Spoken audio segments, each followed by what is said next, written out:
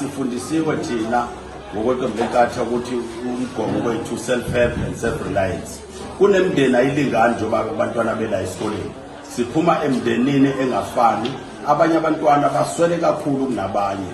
Ngakho ke ingakho thina siqhamuka nje ukuthi asenze lomnikelo wokuthi sidlulise izicathulo kanye nalokho amajezi ebhola ngoba kithina kakhulukazi umntwana uma efunda kuphela engadlali ezemidlalo umqondo awuhlangani kahle. Ingakho sinikelile nangamabhola namajezi ngoba yinto esikholelwa kuyona thina njengeqembu lenkathi ukuthi kuzobathatha kukhuthaze nabafundi bakhona abanethalente lokudlala ibhola.